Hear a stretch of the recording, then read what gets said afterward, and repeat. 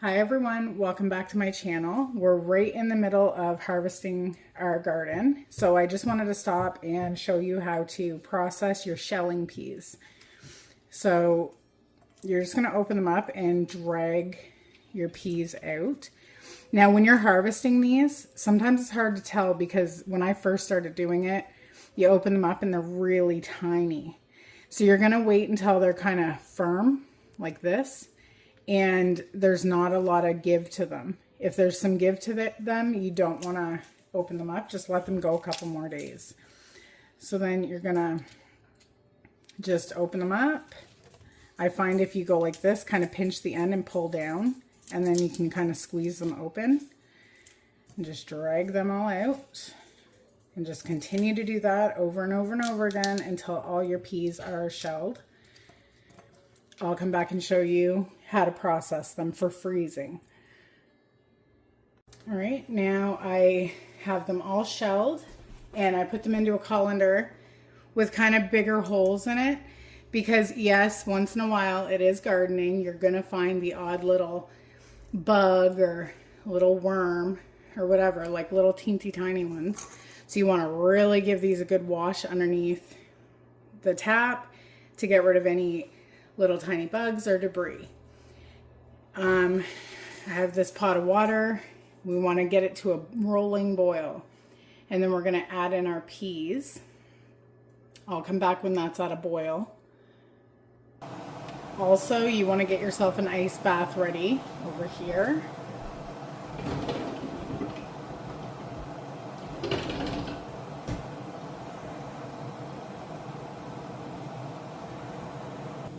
All right. Now, do not skip this step. They have to be water bathed. Or blanched, sorry. I'm in the canning mode. All right, so now we're going to add these into our pot. And we're going to boil these for 5 minutes. And if you have one of these, it's perfect. It's really, really, really helpful. If not, just strain them like you normally would, and we'll get them into the ice bath. So again, I'm gonna let this go for 5 minutes and I'll come back and show you what to do next. All right, it's been just about 5 minutes, a couple more seconds. Just gonna give them a stir. Okay, and now we're gonna scoop them all out. See how the color changed? They're so bright now. Okay, and we're just going to get them into the ice bath. That's going to stop the cooking process.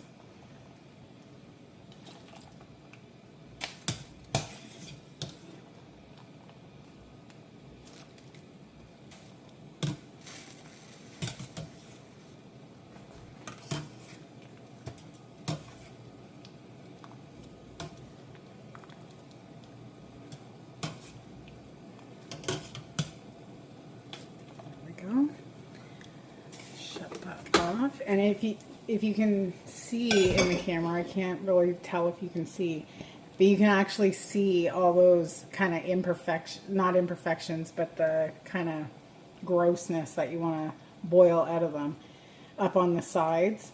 And then you can see the color of the water. You definitely want to make sure that you do not skip this process, otherwise they're not safe to eat. So now, I'm just going to move you over a little bit. I mean, they're safe to eat, but you can't freeze them and keep them for a long time, if you know what I mean. Okay, so we're going to let this sit in here till they're completely cooled. And I like to just grab out this ice because it's a pain in the butt when you're trying to strain it. Just throw that in there. All right. So now I'm just going to strain this and I'm going to let it sit for like 10 minutes just so all that water can really get out of there. You want them to be drained really, really, really well. All right, so now you're just going to grab yourself a freezer safe bag or container or whatever you choose. And then we are going to attempt to pour these in.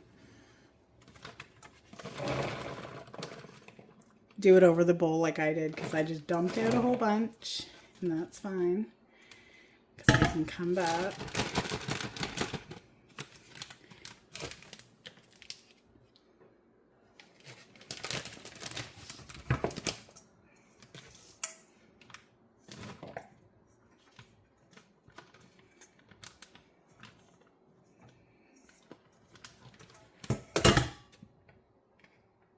And there we go.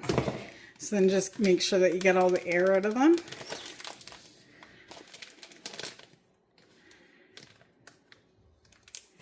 And then throw them in the freezer.